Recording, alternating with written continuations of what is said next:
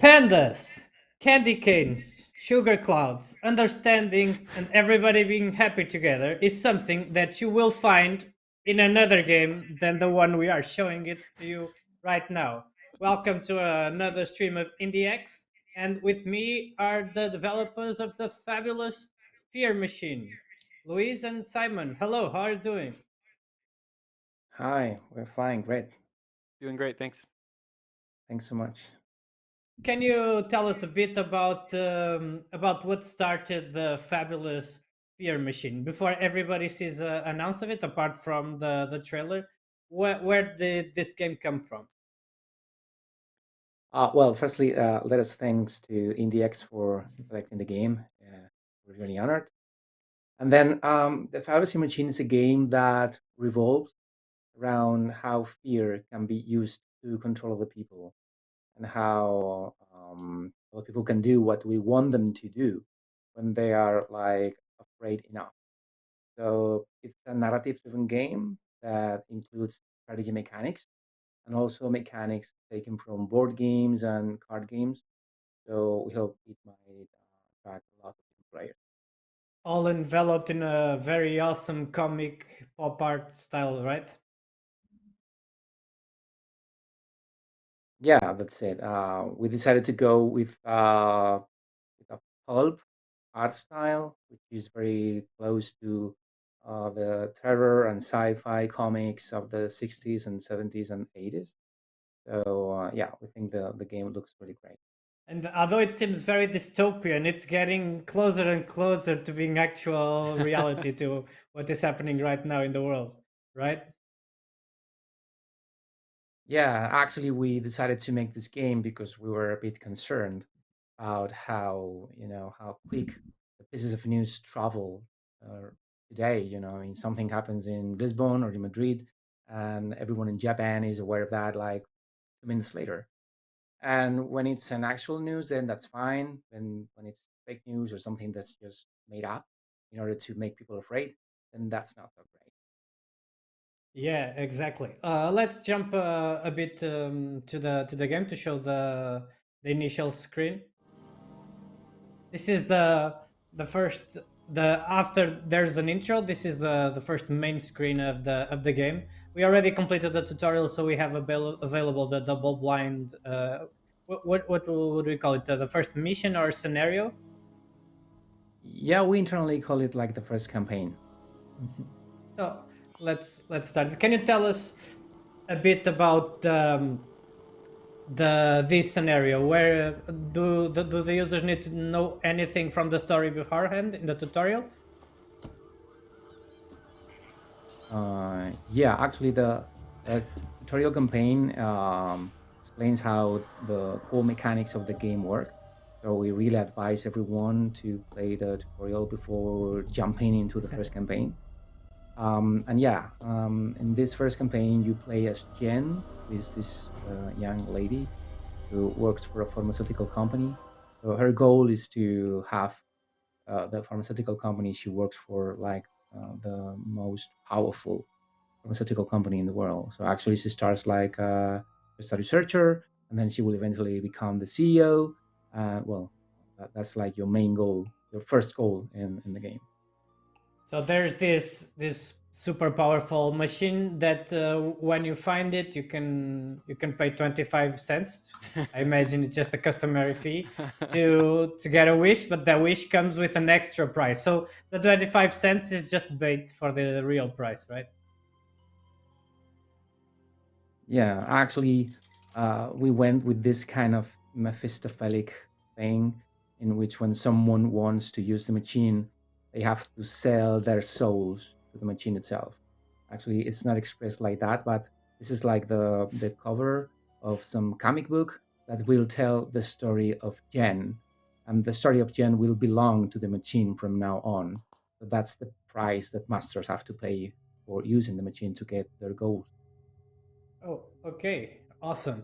So just some quick info from the tutorial. We have our followers. You can choose one of them. We got two of them.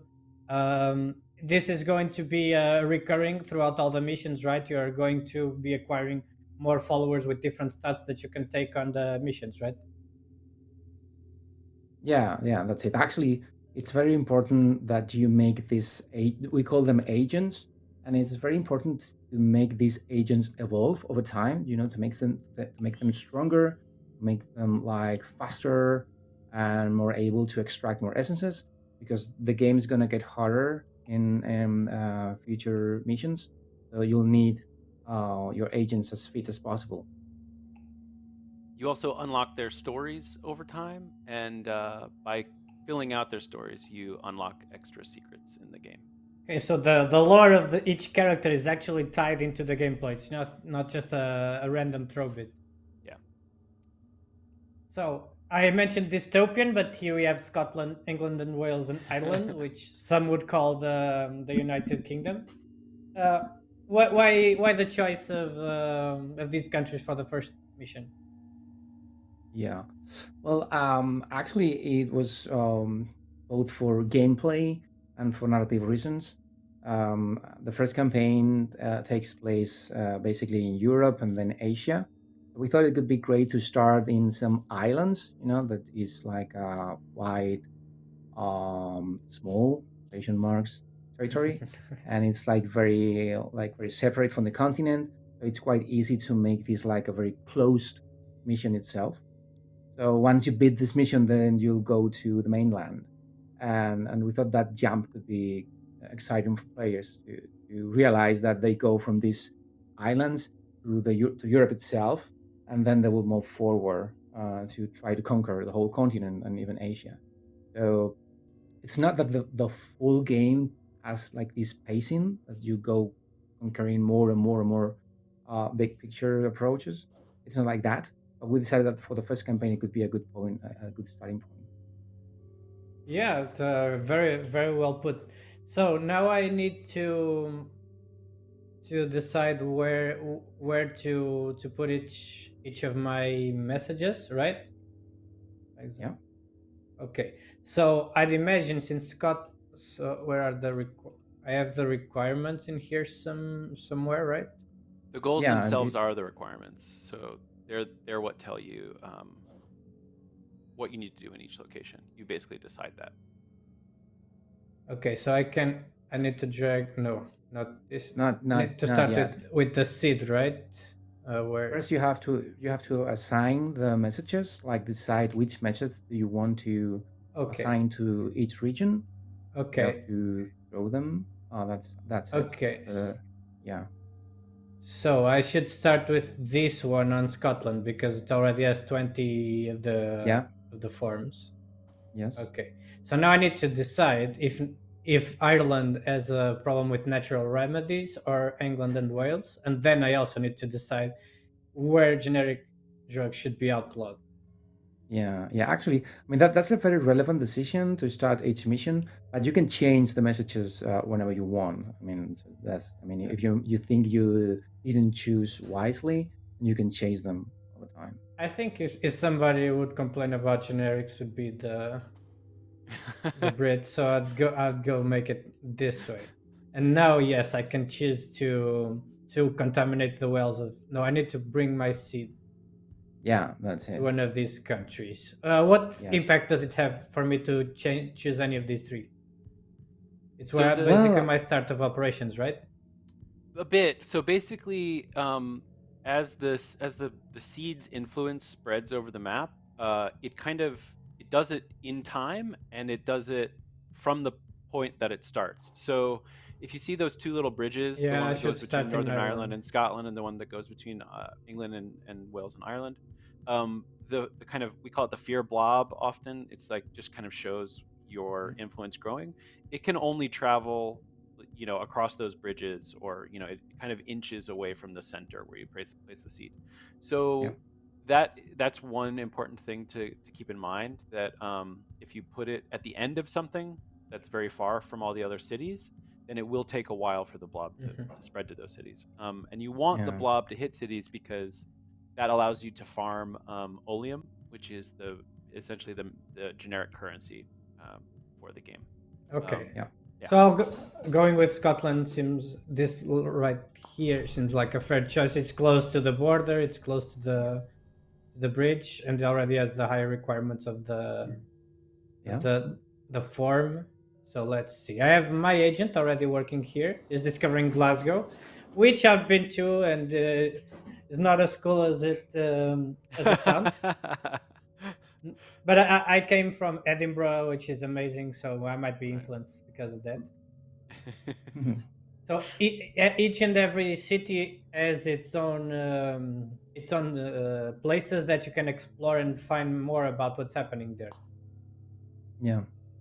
That's it. We call those like hotspots, which are the places within its cities that you can interact with. Like, for instance, planting legends or extracting essences or whatever. Mhm. Well, how much there's I look at this and there's lore for the story of the agents. There's quips for the places in each city. Even the legends themselves have a lot of lore when you evolve them. There's some random events. How much effort was all of this lore compared to the development, the time spent in development? Well, actually, for us, it's like the most relevant part of the game. I mean, we make games because we love telling stories. So we really enjoy creating these stories for the agents and for the legends and for the places you discover, for the rivals and the events. So there are a lot of like small snippets of information within the game, and that's actually what we enjoy the most. But also each storyline have to serve like a purpose from the game design point of view. So it's sometimes very tricky to balance those two areas, like creating compelling stories that has also to serve a purpose in regards of mechanics and balance. So it's definitely one of the things that we spend most time in.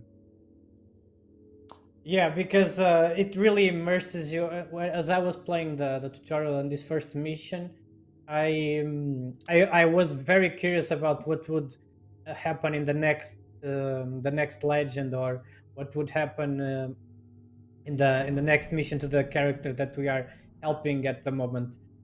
Will the main game always follow this lady that we are controlling right now, or will there be separate storylines? Yeah, there will be besides the tutorial campaign, there will be three different masters. Jin's just the first master, and then there will be two more, each one with their specific goals, their specific territories the campaign takes place in. So yeah, each one's gonna have like a totally different vibe. Oh, amazing. There's a question from the audience. How big is your team, and are you working on this game and do not feed the monkeys 2099 at the same time, or is it different teams within your studio? No, we are. I mean, there are like 6 people working in each game. So we are 13 people right now. And yes, the thing is that my two brothers and myself, who are the co-founders of the company, are like working on both games at the moment. We started working on the 5C machine longer than in Tuna for the Monkeys 2099. That's like our key activity for us in our daily schedule. But yeah, we're working on both games simultaneously, and it's been quite a challenge because we had to recruit a whole new team in the middle of the pandemic, which was quite tricky. And actually, we just met 2 or 3 times with some of the team members. I mean, personally, which is a pity because we still work remotely. Yeah, hard times make for a good adaptation, and I'm glad it worked for you the transition. Was it hard to adapt to this new reality? Did the pandemic change your workflow that much, as you mentioned, or after you adapted, everything went back to regular? Now, I mean, now we're quite used to working remotely. Honestly, we enjoy much more working in a small office because we've been used to that from the very beginning. I mean, we published 2 games before working on the 5C machine and the Monkeys 2099, and both were made by small teams working in small offices.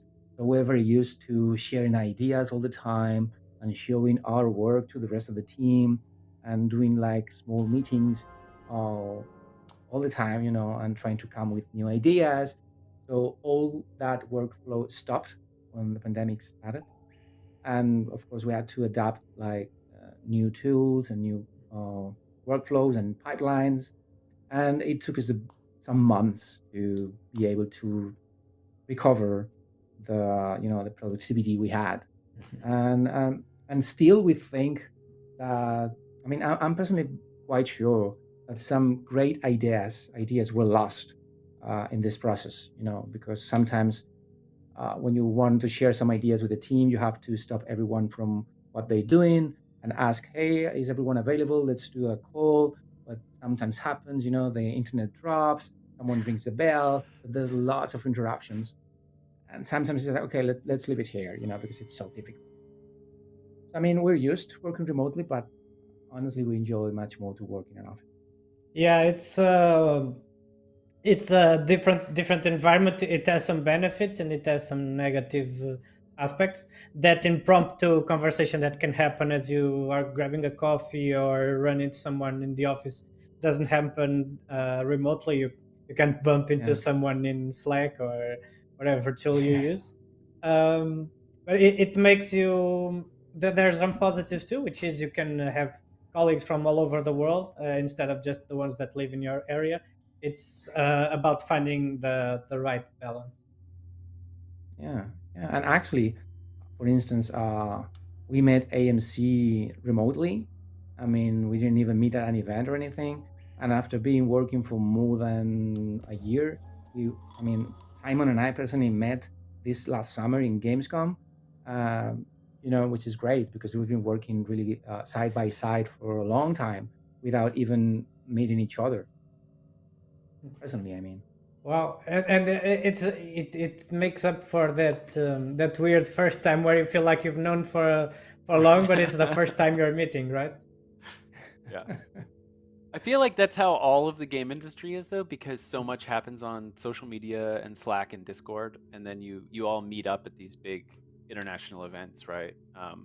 And yeah, it's almost weird. You don't know how to talk to people at first because you know each other, but you don't really yet, kind Exactly. yeah. We've of thing. we've seen a couple of bits from the game. We evolved one of our legends. We had a choice of multiple keywords. Can you tell us a bit about that? Yes. Actually, that's one of the mechanics that people like more about the game. And it's like when you're about to make a legend evolve, if you choose the right term, then that legend will have like a boost. I mean, the legends will evolve whether you choose the right word or not. But if you do it, then the legend will grow even stronger. And it's fun, because that was a mechanic that we decided very late in the development, and basically, we did it because we wanted players to pay attention to the legends. I mean, the art of the legends and The the text, small yeah. text that comes with each different state. And it was like, how do we make players pay attention to this? And then we came with this idea. I mean, it was not in the original idea of the game. And yeah, that's it. That's a mechanic. I was evolving it on purpose, kind of speedrun into Yeah. it. Yeah. Yeah. So now you know that this legend is called Contaminated Wells, and you see this piece of art. You can go to the previous one, clicking on the yellow arrow if you want to see the previous one, Okay, and here. then yeah, that's it. So you can see both states. So now you have to deduct which of these terms in these clouds match the legend. Yeah, So it could I be can. amulet, or skin, or disease. Yeah. Yeah, I can. I it happens to me during the game. I'm thinking, where is the story going to? Is it going to be a subsoil contamination of the waters, or is it a disease that is spreading, or is the ecosystem, or is it something that goes on your skin? Do do the words always the good words always have the same bonus, or if I'm more on target with the right word, I get a better bonus? Mm. That's a really good question because Actually, we eventually decided to make it like good or right. Sorry, right or wrong. That's it. But in the very beginning, the system was a bit much more complex, and it was like having like perfect words and just fine words and wrong words. So different banners. You could get different banners depending on how good, how right the term was. But it was too hard, and sometimes players didn't get it exactly as we wanted. So I was like, okay, let's keep it simple. So it was now they're just like right or wrong words.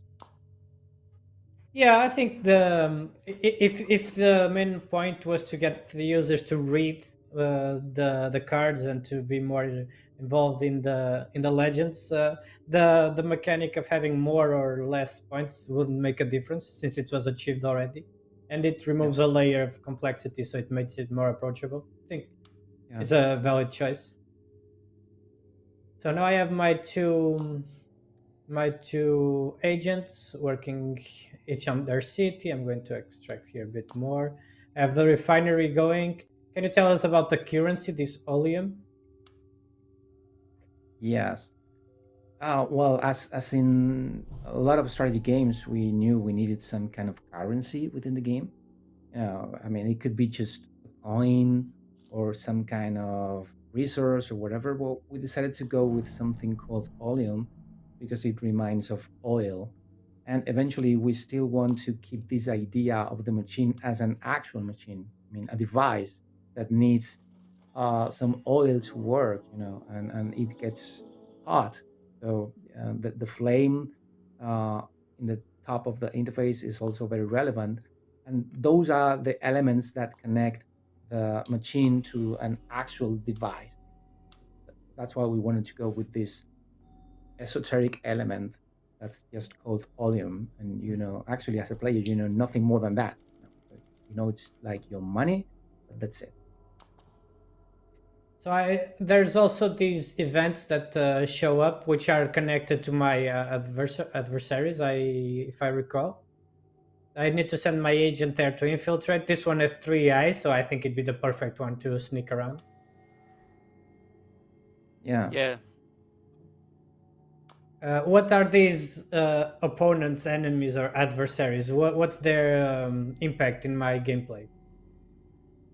Yeah. You want to explain, Simon? Sure, yeah. So as you can see, they actually have an active movement somewhere on the map right now when you go to their pane. And basically, in order to, they act kind of like you. They also want to spread a fear bubble.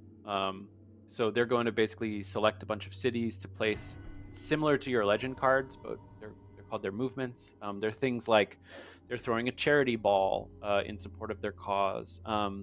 And they essentially want to take over one of the countries. And if they do that before you counteract their movements, then it's actually a fail condition for the level. It'll force you to have to restart the level. And the only way you can counteract their movements is to infiltrate them and uh, essentially dig up dirt on them.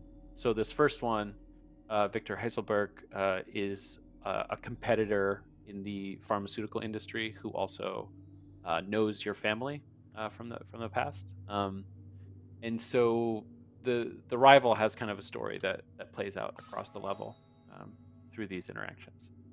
Yeah, I'm playing in the pharmaceutical community, one that is very well known for not having any shady deals or shady stuff going on. So you kind of had to stretch it out a bit to find some dirt on the characters and some fiction going on. So my plan here is to, well, to be the best in the world, to be the best at something. You either need to get better than everybody else, or need them to get everybody else worse than you, which kind of is working on this sense. Should I assert my independence to show him who's boss, or Mm. does he like when I agree with him about my lineage? Oh, whatever you do might have consequences. I mean, this we also wanted to add a layer of like game design to these small decisions. So I mean, sometimes you just say some random stuff, and you choose just whatever, but it might has consequences. Some things might happen. So just play and see.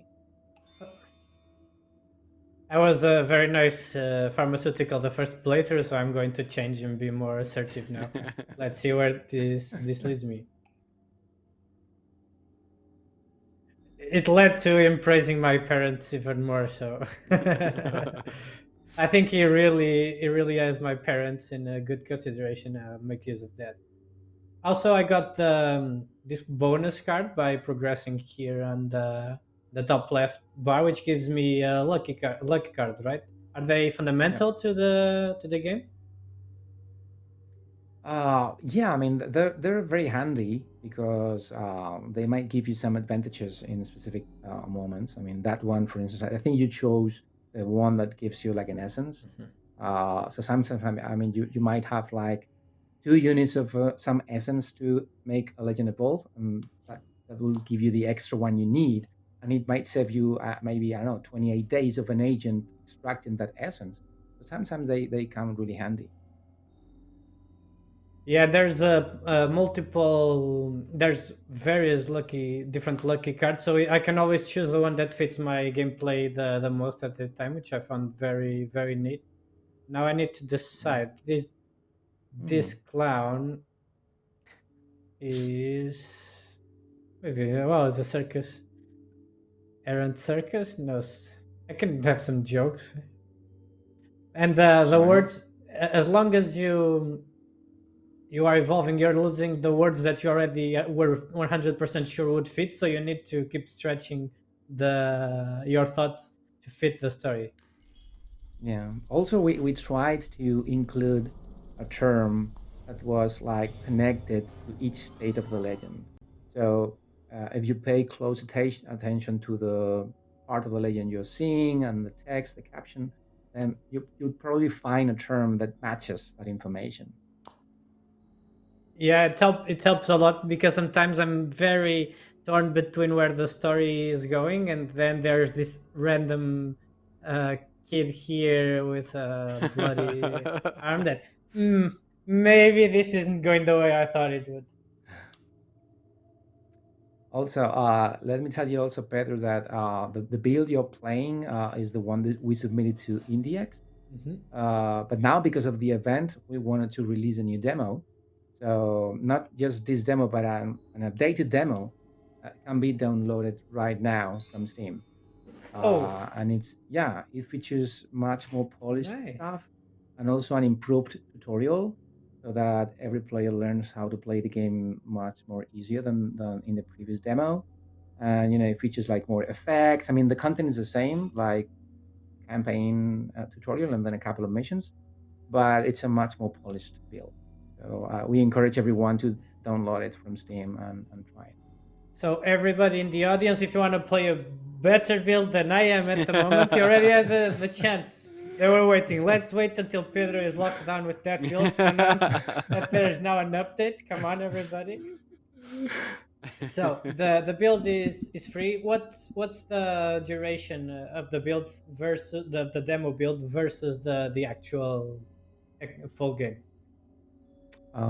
Yeah, I mean, probably. I mean, it all depends on how quick you get the mechanics and how good you are at playing the demo.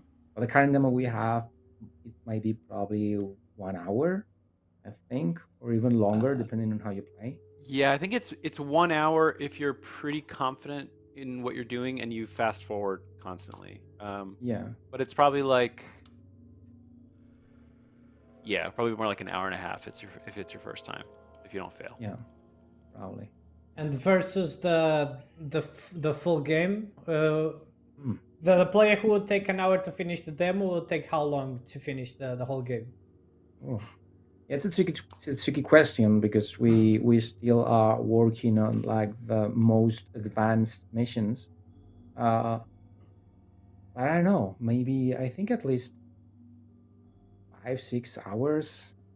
I think even more, depending on on how good you are at playing. But yeah, I'd say that at least 6 or 7 hours probably.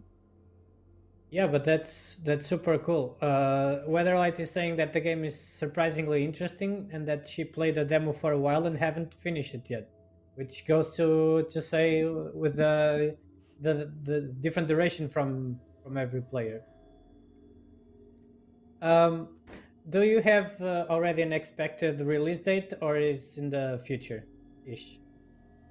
Early 2023 is generally what we're thinking.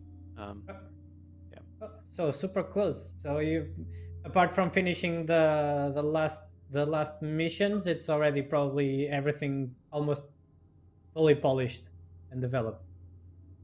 Yeah, actually, we're like finishing the last missions and also trying to polish, all the stuff here and there. I mean, the game can be played from the beginning to the end now, but that lots of things to improve. Lots of effects and feedback and UX and UI stuff. I mean, actually, this is the first time that we make a game with such an intense UX and UI approach. I mean, lots of interface parts and windows and pop-ups um, and it's been great. Honestly, we're learning so much about this stuff. Actually, for us, each game is like a learning process. That's why we also like to do so many so different projects, and this one has taught us a lot about how to make these kind of heavy interface games. But it blends very nice for the people in the audience who haven't played the tutorial yet. It might seem that I'm going through the menus like very fast, but the tutorial completely immerses you in where you should do and where you should click. There's a lot of advice and a lot of warnings about you shouldn't do this right now. You should be paying attention to that stat. You should be mindful of each agent's strong suits. And after a while, you just navigate through it so easily. And even though you mentioned it's a lot of focus in UI and interface, it doesn't feel like it's clumped. It feels like everything has a reason. Like even this sticker right here with the somber place is here for me to check what it does. Yeah, thank you. Then we did it right. uh, I'm now getting closer to eliminating my competition. I'm going to be aggressive, obviously. Maybe it doesn't deal well with strong women, as usually these dystopian worlds do. But let's see how it goes. Oh no! This was not the right decision at all. Well, that's how you learn, folks. So, after I defeat my competition, do I have free reign to be more careful and do what I want, or is there another timer that's pressing me to finish? There's a couple other timers. One of them is the flame that you see at the top. Oh well, let's do this. This is more fun. 'Cause there's some Okay, curveballs in here. so there's an animal balloon here, so I imagine animal would be. No, No! so this is the one. Why you Oh. do this to me? That one I actually think, Luis, you need to rethink whether that's a right answer or a wrong answer. Because most people I watch play this one, they choose Oh. animal when they see this because there's a Yeah, balloon but animal. it was fun seeing Pedro disappointed. I bet the new build with the demo already was this retcon. This was just to troll me. I missed that one. So yeah, another fail condition is the flame at the top will burn hotter. You can see like the little, if you go up to the timer at the very top, um, there's Yeah. so that shows you how much oleum the flame is eating Mhm. every 30 days. Yeah. And so eventually that flame will get so hot that it devours all of your money.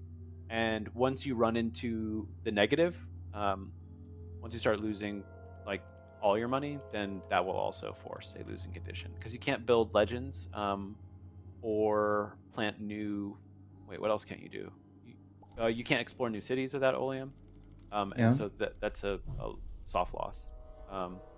And then there's also another secret way to lose, but maybe we won't. We've hinted at it in trailers and stuff. But, The Yeah. secret way to lose seems yeah, very, very delightful. yeah. Oh, I found the secret The way secret to loss. lose. It's like the secret ending, Yeah. but it's my own ending. I don't recall Yeah. seeing this. Actually, all we can say is that that secret way to lose was inspired by if you played this game Bubble Bobble from the Oh yeah. 90s. when you spend too much time on a level, Oh, okay. there was a way in which the game itself pushed you, like, hey, you should rush up, because otherwise you're gonna have a bad time. So actually, internally, we called that secret legend like the white whale, Mm. because in Bubble Bubble there was a white whale Oh, that yes. made things difficult for you. So it was inspired by that. Difficult is kind of a very slight way to put it. It's a giant whale that goes through all the terrain and just eats you, and you can't shoot it back. So yeah, it makes it kind of difficult. So I already dug out a lot of dirt on this guy. I think I might be able to just take him out of my way.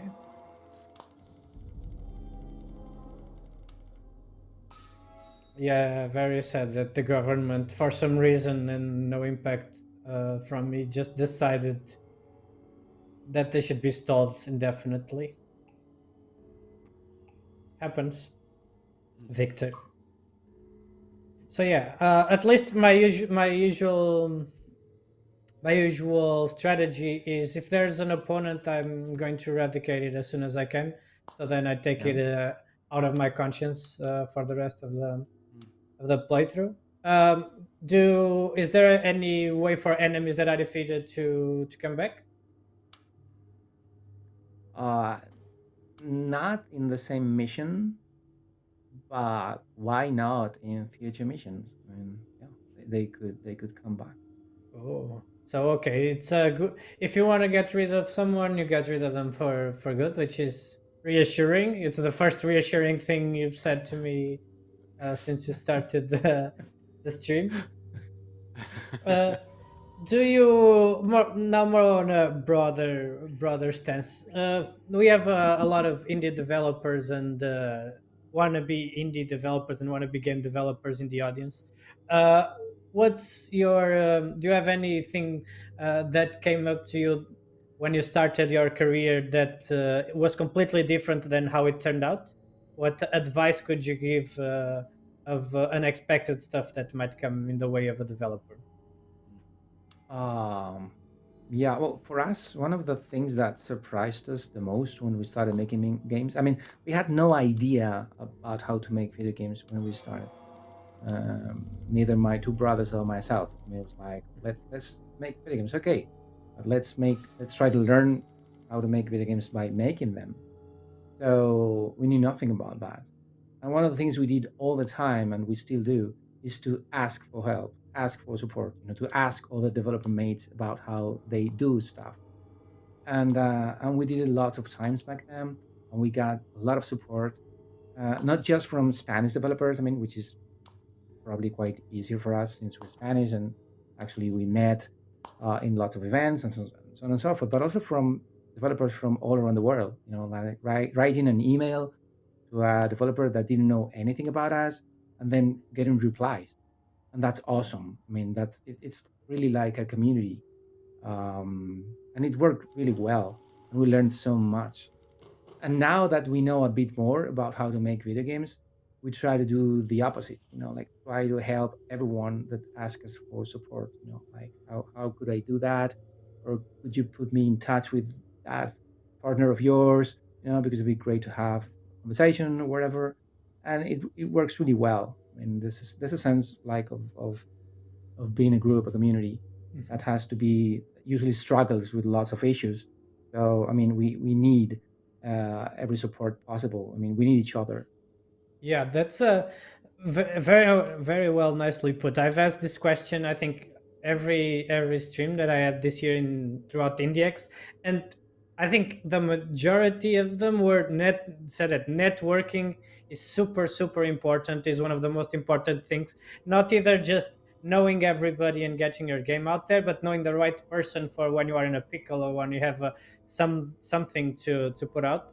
So it's just another reassurance of the answers that we got are like a very very good point that all the developers, the successful developers as you are finally it's now in IndieX say, go out there and get your contact network working, meet more game developers, more people, because you're going to need them eventually. uh, Yeah, that's yeah. super Actually, awesome.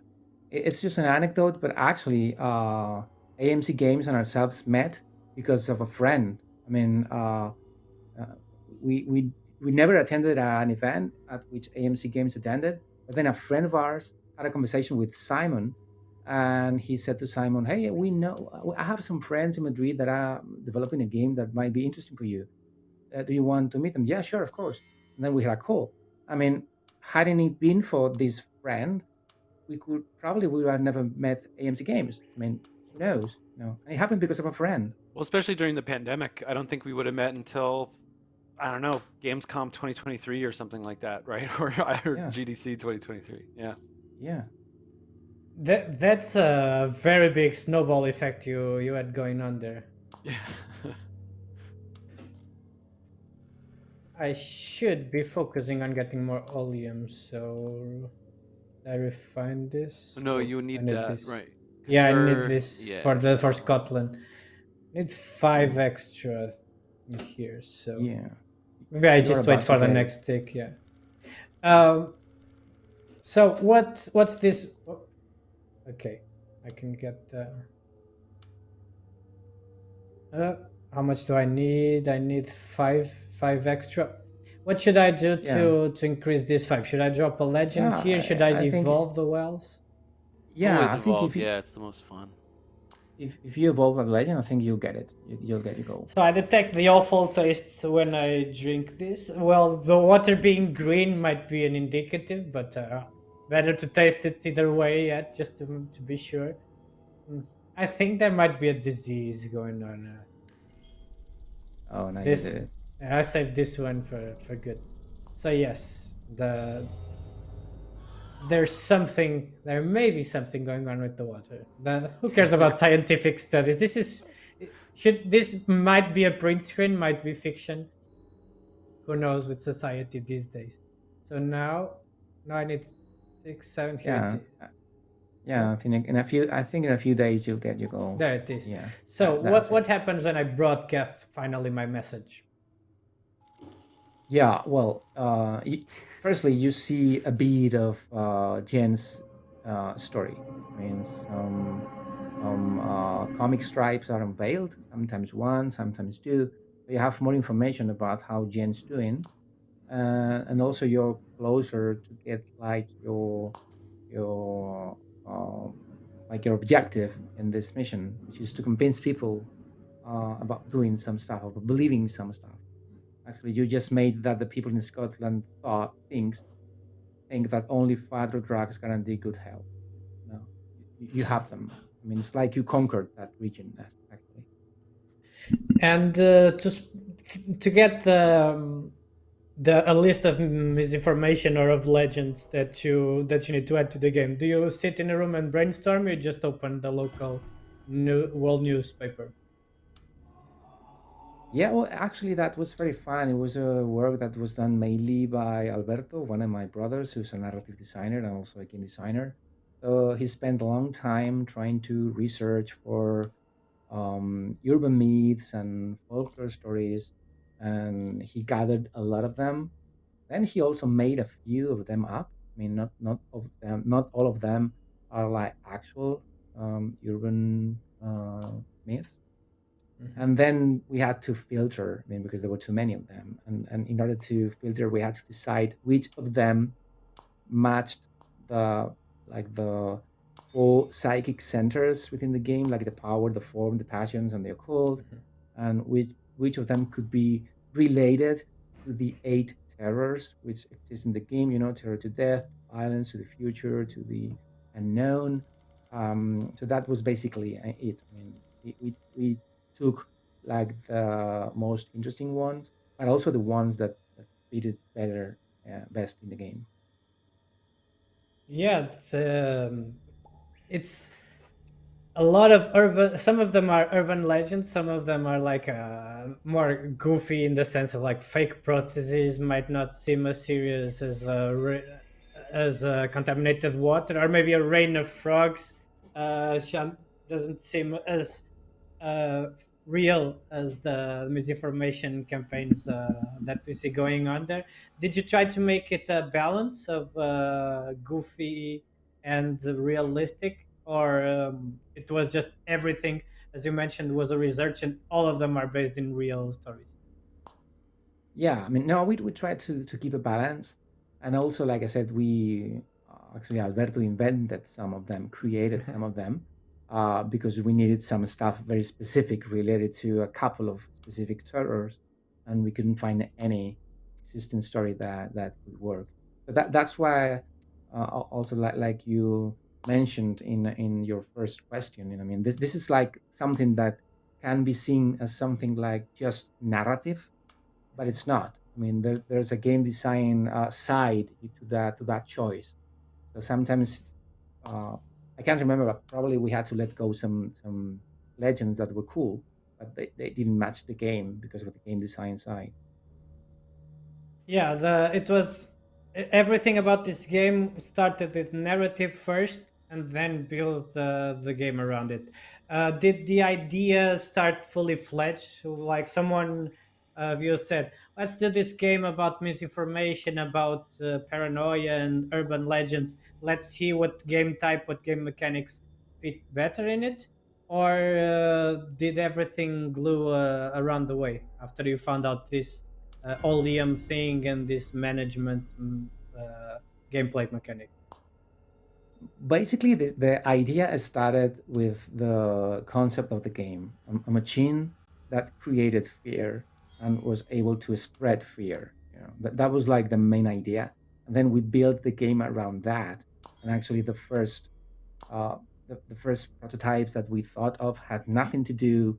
There were like different screens. There was an actual machine. Actually, we have some drafts that depict an actual machine based on the one in Metropolis, the movie. Actually, the art style at first was very close to the German expressionism art style, and there was an actual factory, like the one in Metropolis, with lots of workers. The agents were workers. They had to adjust the machine, and it was a true casual mechanic, probably.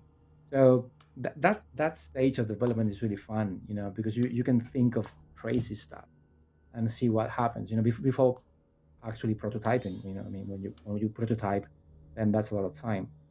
And when you are just like brainstorming, that's so much fun, because some crazy ideas come to your mind, and some of them eventually end up in the game itself, which is great. Most of them are not. Yeah, yeah, and when it's a team that's so close together that you feel you can find a game that you can put all your interests and your random and brainstorming ideas in there. The end product ends up looking a lot better. Um, what would be, you already mentioned some of the elements in the core team. Did all the what was the core team that developed this game made of? You have how many artists or how many developers? Did you have to contract somebody to just commission, for example, the music or any specific parts of the game? Yeah, well, currently, the two game designers, one narrative designer, one artist, one programmer, and then myself as a producer. And then there's a marketing person that works on both games. For instance, the sound design was made by a freelance. The music in the game is licensed, so it was bought from a library music company.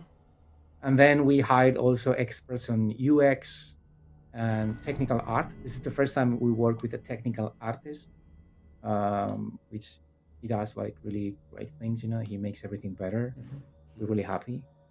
Um, and then translator, that is localization the game from Spanish to English, and I think that's it from the developer side.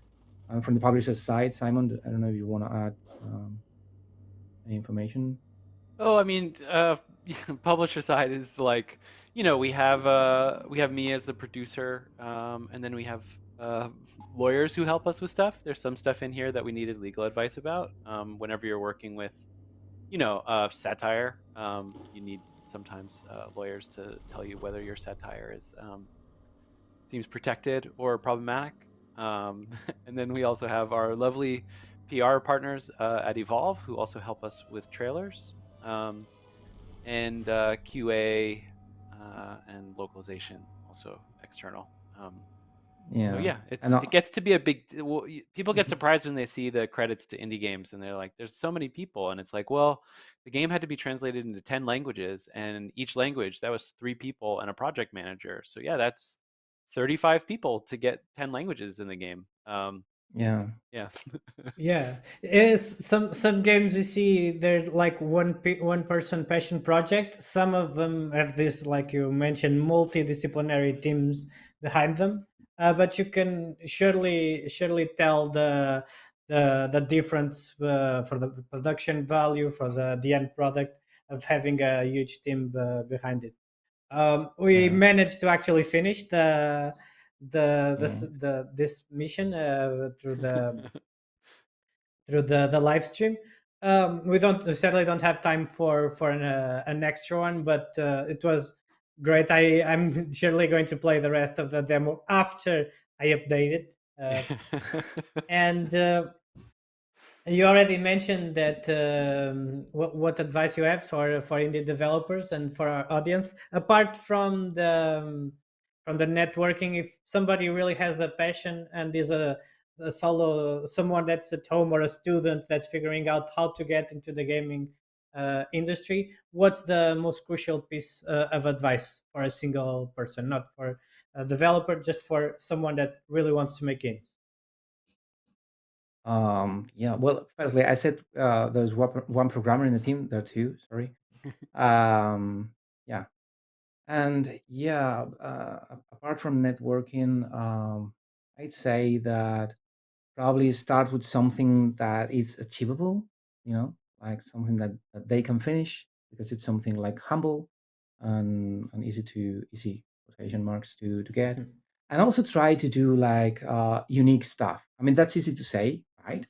But try to go with something original. I mean, not a clone of another game, not something that one has seen like thousands of times, because for us at least, that's much more fun, trying to do something that mm, probably no one did before, or no one did, as at least in this way, this specific way of mixture of things or whatever.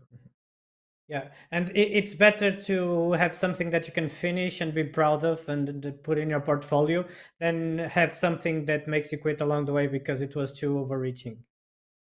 So Yeah, absolutely. thanks a lot, Luis and Simon, for joining us. Thanks for submitting the fabulous Fear Machine for Indie X. It has its well deserved spot here in the 50 finalists. It's fabulous. It's also a Fear Machine, but mostly it's fabulous. I don't know if you have any final words for the audience or for somebody who might be seeing the stream later. Well, we encourage everyone to download the demo and wishlist the game, which is really important for us. And if they do, we hope they enjoy the game. Yeah, probably somebody already dropped the link in the chat. If not, I'll do it fairly soon. Me or any of you. And thanks again for joining us. And sit tight because there's 2 more streams coming up. Thanks so much. Thank you. Greetings, traveler. We've been waiting a long time for you. The ancient, fabulous sphere machine calls you. Use it, and everything you've ever dreamt of will be within your reach.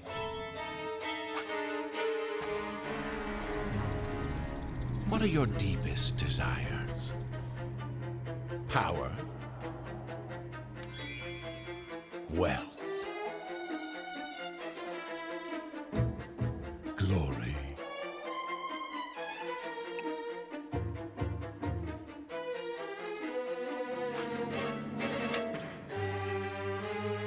The machine and its agents will aid you. In return, we ask for the merest token. Your story will become a part of the machine forever. Are you willing to pay this price? Then, insert your coin.